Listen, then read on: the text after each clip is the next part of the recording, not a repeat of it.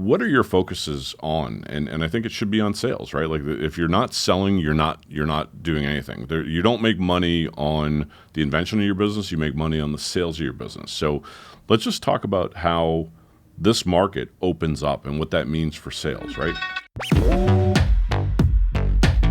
We help people with ideas get them to revenue.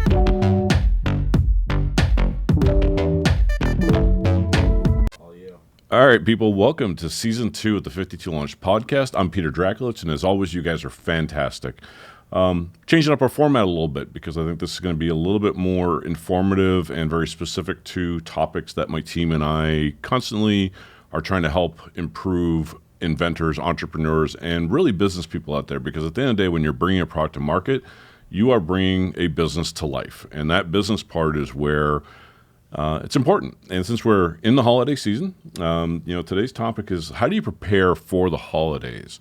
And it's a fantastic question. And really, like, it's more so how does the holidays affect a business or businesses, right? So obviously, if you have a product and it's specific to the holiday, Valentine's Day, Christmas, Halloween, obviously those are the easiest answers. But let's talk about the big one. Right now, it's the holiday season. It's December.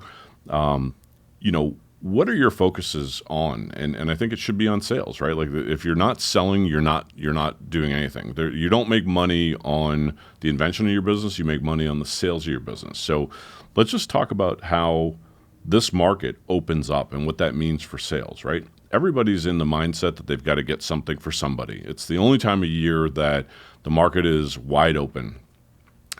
Amazon, their track record when they started was like every year there'd be this huge jump up of new users because it was Christmas time, because everyone that was learning to shop online was there. In today's world, and especially after COVID, sales has kind of lost its mall kind of presence because we couldn't go. Online became the big thing. Everybody's grandmother learned to shop online. So really there's two marketplaces that you now have to focus on, because as COVID's finished, the reality is those little small pop-up shops, those little small places, those kiosks in the mall, those have become relevant again because people are now looking for experience. So my recommendation is that if you've got a product out there, you should expect a certain outcome from sales. And I think what you have to really do is kind of plan on how do you go and put yourself in that best situation. Obviously, in order to do that, the first thing you need is inventory. If you don't have inventory, I learned a long time ago, you can't sell from an empty shelf. So pre-sales, I know everybody loves to jump into trying to get pre-sales. Pre-sales are for brands that have hot commodities and want to jumpstart their sales process, create demand, show that they're relevant, and that again, because they can, they do. When you're a brand new product, you're really relying on friends and family to pre-sale, and the onus then is on you to deliver, and that's a bit challenging. We have been way more successful over the last 8 years by being prepared with the plan to sell and inventory in hand, right? That's like where you need to like really focus. Now your choices are, do you go online? And of course that is an obvious yes. You should always be online. You should always be prepared to be able to fulfill overnight processes. So like, you don't want to be licking stamps 3 days, 4 days after a client's put an order in. You want to have a process that is immediate and that you can focus on achieving the end result of the sale, which is the customer's experience of opening the package and getting it done. Now, where's there other places where you can go and do sales? Well, if you're going to do store attraction or website attraction, it really comes down to like, you want to increase the buying opportunities that you're creating for clients. So, you want to look festive in a festive market. You want to look like it's the time of year for sale. You don't want to, look at, in some cases, having a 20% off sale makes a difference once you're a little bit known. But I think really it's about being unique, and it's about being characteristic or, charismatic with your offerings or your presentation. Putting yourself in unique situations is what I call your biggest store attraction. Again, I'm talking to people that have a new product that is, that no one else is competing with you against. You've got your own unique idea and you're selling it, right? So if you're in a golf product, obviously you're going to stand out because in the middle of all these other Christmas holiday items, golf is going to be something that, if you have a unique product, is going to be unique. Sometimes you need to be able to demonstrate it, show it off, make people understand what the wow factor is so that they can really kind of dive into the buying zone, right? Which is, wow, that's a cool idea. Get the feedback, get price, and then make a decision. And that's really it. If you have to talk somebody into a sale, you're spending way too much time. When you're in a physical location, I highly recommend these days, opportunities like Snowport or little pop-up stores, wherever there's traffic walking through to buy product. That is where I'd start looking at that as a secondary plan, as well as your online presence, because you can really home run on a weekend or a couple of weekends or a little bit of effort in the right place at the right time where people are walking through looking to buy holiday items, especially around the Christmas time. Again, holiday time, we've all seen those Spirit Halloween stores. They're pop-ups. They take these little open areas, places where businesses have gone out of business. They occupy those for a very short period of time, and they crush it. Very, very good business model. So again, these are things that you as a business owner or a product owner, I would highly recommend that you take a look into those as well as your online marketing. But your focus has to be, you have to have sales, you have to know how to attract people, and you have to have the inventory to deliver the product. And that's this topic. So what I'd like to do is obviously let's move on. The second topic was, how do you prepare? So it was easy to say that's what you have to do, but there's 5 steps to really preparing yourself for what the first topic was about, which is being in the right place, the right time, with the right attitude. It obviously, you have to create a plan. You have to start very early on. People think that like Christmas is coming and it's 10 days away and I'm going to go and make this work in the next 10 days. You do not have enough time to do that. You need to plan well in advance. You need to be really prepared for little things. Like, people don't realize that, shipping, if you're relying on shipping in the 11th hour, everybody's in that situation. There's log jams at canals. There's log jams right now at the not the Suez Canal, what's the other one? The Panama Canal, right? There's apparently like a water drought, so there's ships waiting for the water levels to come up. It's just craziness that, when you realize that your supply chain, I get it. If you're a big box store, you're going to be doing this well in advance. You're going to sit on supply, 6 to 12 months in advance so that you don't miss that opportunity. The same reason why when you walk into a department store or into a box store, you see them advertising, Halloween when it's not even like it's the end of summer, or when they start advertising Valentine's Day right after Christmas, or Thanksgiving turns into Christmas. It's one big holiday fest now. So they're prepared. They switch over very quickly, and this is the mentality you have to have. The fortunate part is you're a little bit, again, I'm speaking to people who are product owners, product developers, inventors that now are selling their product on a regular basis. You're nimble. You don't need to carry as much. You have a little bit more flexibility because usually you're carrying 1, 2, 3, 4 products, and you have the ability to really put yourself into those situations. And the plan is everything. So the first step in the plan is creating the plan. The second step is you have to make sure you're ordering your product in advance, right? So again, we kind of covered that, but what does that mean? It means that understanding the global market. If your product is being made in China or domestically, you understand your holidays that fall when people are off. In China, they have a big thing called Chinese New Year. It's the Asian world that they celebrate. It takes 2 weeks, but it usually lasts a month. So literally, there's nothing that can happen during that period of time. It usually happens between late January and early February. So making sure that your stuff is going to be sitting in your warehouse with plenty of time to spare is really the key, which really means you also have to be prepared in advance for your order with finances, right? So putting your money aside and being ready earlier means you're not scrambling at the end and you're not delaying, because money transfers take time. Getting the money takes time, and I get the pressures of like writing the check is a big one. The way I look at it and the way I'd recommend that you look at inventory is that if you had a $20 bill that was worth $100, then you'd invest in a lot of $20 bills. Your inventory is exactly that. Your inventory is 5x. So If you're buying your inventory for $20 and it's worth $100 at retail, that's just cash that needs to be converted. So sitting on inventory is highly recommended. Obviously, you don't want to have too much. You have a budget to stay within.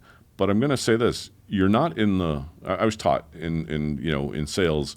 We're not in the fruit business. The people in the fruit business, that's a perishable commodity. You only have so many days that you can sell fruit, and that is a constant struggle to stay on top, because every day you put it out there, or every day you cut it off the vine, it starts to rot. So your best day is the first day, and it gets worse after that. When you have a product, it's not that. It's the exact opposite. You don't have a perishable item. It's worth what it's worth, and when you convert that to a sale, that's really where your focus needs to be. So, ordering in advance, huge. What are your new marketing campaigns? What are your new marketing slogans? Do you need one? Is your message tired? Is it just need more people showing off that they love your product? This is what you have to start planning in advance. And look, I'll give you the 3 keys to consumer behavior. Is that people want to see a brand that people trust, people want to see a product that people love, and people want to know that they can get that product within the 2-day shipment, and that you're not making them think too much about it. So if the impulse is there, stay in that impulse zone. And again, I think most of our clients and most of our most consumer products are impulse products. You see it, you decide really quickly whether you're going to buy it or not. So always put yourself in that position that you've covered those 3 things, and you understand that those are the 3 messages that you have to work with. Now, how you mask those messages around a Christmas message, or around a percentage off sale, or a limited time offer, these are all the things that you need to kind of plan and say, this is what I'm going to do. And again, if you're online, you have to have those assets created so much earlier than you expect. You need to allow time for the online messages to be approved. You need time to allow them to be adjusted. You need time because you're going through third-party advertising, right? So if Meta kicks you off and says this isn't acceptable, even if it's not accurate, their job is to processes, think about the logjam coming through at Christmas time to put an ad up on Facebook or Meta. It's not just you. It's you and 10, 20 million, 30 million other people trying to do the same thing on any single day. So their logjam is to protect the consumer, and they're going to do that as best they can. And in that, you might get kind of shifted aside. So you're going to have to spend some time to make sure that all the ads and everything that you're prepared for get approved in an ample amount of time to still hit your target dates. So highly recommend, again, it comes down to planning and execution and understanding your market. If you're in a physical location, you certainly want to decorate. Again, we talked about this a little bit, like when you walk into a box store, those decorations go up the day after the last holiday, right? They're well in advance. It is it's super important. In fact, I'm a little disappointed, and it's my fault here. I made the decision that, our Christmas decorations are going to be at our front door today and not behind my podcast, so I don't look very festive, but that's okay, right? The plan is for people walking in, because again, the shift after COVID is I have a lot more clients walking into our store now, right? So it's not just me doing video, it's people coming in and physically visiting us, talking with our clients, and I love that. And I think this translates to you guys as well. To me, location is something that if you have a product, you really need to go and take a look now at the malls again, those little pop-up stores that are around, decorate them, invest in a few dollars, but be where people are walking through. That foot traffic is real. And as much as people love to buy online, what they're really missing is the experience. So when you decorate for your product or your presence and you are giving people an experience, this is the time that they're looking to spend some money with you. So I highly recommend looking at decorating your website, making it feel festive, making it feel like it's time to buy, helping out with the impulse, being part of that drive, and also making sure that your walk-in presence, if you're in a little kiosk or you're looking at that it feels like it's part of the season, and it helps adjust the buying power. It helps fulfill that, meaning people are out there looking to buy something, and they want to feel like you're part of that experience. So that's what I recommend.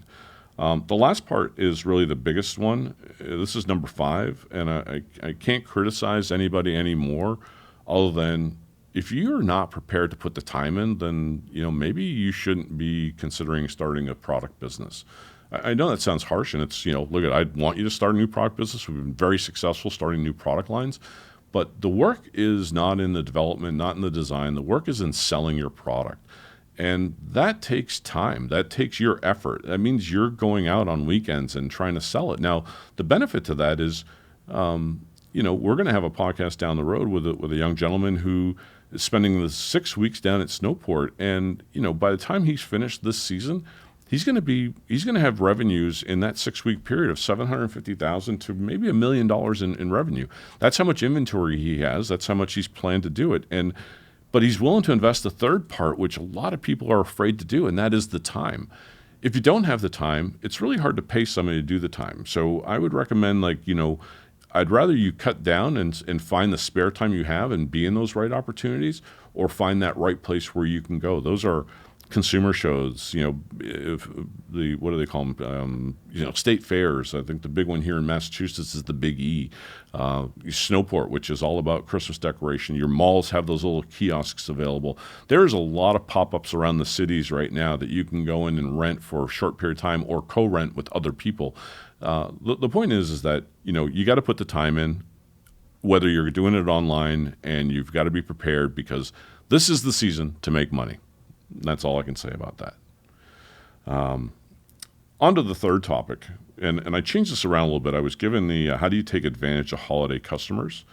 And the last thing we want to do is take advantage of anybody. What we want to do is create the win scenario, right? And this was a topic, and I appreciate the question the way it got worded to me, but I'm going to adjust it, because really you are always in the position to create a win-win scenario between you and any consumer that's coming out. Now, that said, you have to understand that in a holiday market, a consumer is looking to spend money. If you are going into, if you're going to Snowport, or you're going to a Christmas village, or you're going into a little Santa shop, you are prepared to spend money because you're looking for that unique item. You're looking for that stocking stuffer. You're looking for that thing. So what you have to do as a retailer now is be prepared to not take advantage of it, but create that scenario, create that opportunity where someone can see this is the perfect gift for that perfect someone that I can't find anywhere. And again, it's painting the mental picture and getting to understand that. Obviously, know what holidays, if you're selling Halloween costumes at Christmas, I don't think it's going to really work. So you have to make sure that you match your holiday and your messaging to the specific product that you have, so that you're optimized on that. I think that's a pretty simple one that needs to be addressed, but I can manage that. Plan your promotion. Right? Again, plan it weeks in advance, months in advance if you can, leading up to it. Get some word out there. If you know you're going to be at a location, start telling people that you're going to be at this location. Share that news. That's what social media is for. And so many people don't. They use social media to think that they instantly get this gratification. They don't.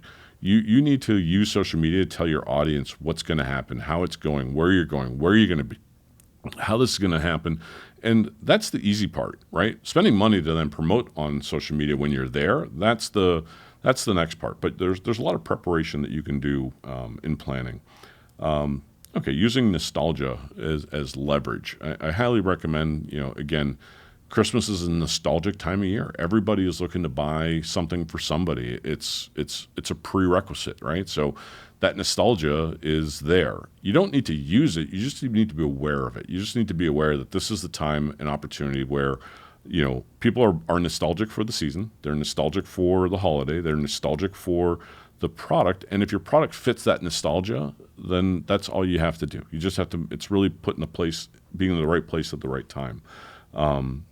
It is nice to offer little freebies and stuff like that this time of year. You are festive. You have to be part of that. So, it's more than just discounts. If there's something that you can hand off, or something that matches your product line, or that you can, with every purchase comes like a little special thing. It is it's not just about discounting, right? I think the message of discount is so overdone. But I think it's adding that little cool little factor, putting in that extra effort, doing something special that says thank you. I mean, I saved something here. I bought lights the other day, and it was just something simple as like a really nice card. This card is probably about 30, 40 cents, but it is shiny on both sides. It is very high stock quality. And you know what? I kept it because it's the little things like this that arrive in a package or in your shopping bag, or even if it's just a nice bag that I don't have to wrap it to somebody. These are little things that, like, it's just people overlook. I don't want to walk out with a shopping bag that's a cheap plastic bag when I just bought a nice item. The second part is, like, again, think about the client or the customer in advance and try and solve some extra problem. That can be a free gift, like just a nice bag that you don't have to wrap later on. That here's your gift and you're done. Again, in a way, you're really thanking the customer, and I think that's the most important thing. I think it's the most undervalued product. It's the most undervalued item that is a free product that you can give along with your product, and that's just saying simply, thank you for supporting a small business. Thank you for supporting an inventor. Thank you for supporting my quirky idea or my quirky product. But thank you is super important, and I think that's where, again, I want to thank everybody for watching this podcast. I want to thank everybody for being in tune. I want to thank everybody for being open-minded about this opportunity that's in front of you right now, which is, in today's world, if you have an idea and you couldn't find your product on Amazon or you couldn't find it on Google, you have the opportunity to actually take that idea and turn it into a reality. And that's what we've done here at 52 Launch with all of our clients. And I think it's personally the most exciting time to be alive because the invention to market now is really a short pace if you do it right. And again, this is what these topics and educations are for. Hope you guys appreciate it. There's going to be more coming. We're going to do these once a month, and there's going to be different topics to match the month and the season. And it's going to not just be me anymore. It's going to be a variety of my team helping inventors, entrepreneurs, and people with ideas see the successful results down the road. So again, I appreciate you watching. Please like us, follow us, share us. And as always, you can find us at 52 Launch on YouTube. That's where we promote them. And if you can, again, share the word with anybody that you know is in the space or looking to get an idea to market or struggling with the product that they have in market, please reach out to us. Looking forward to it.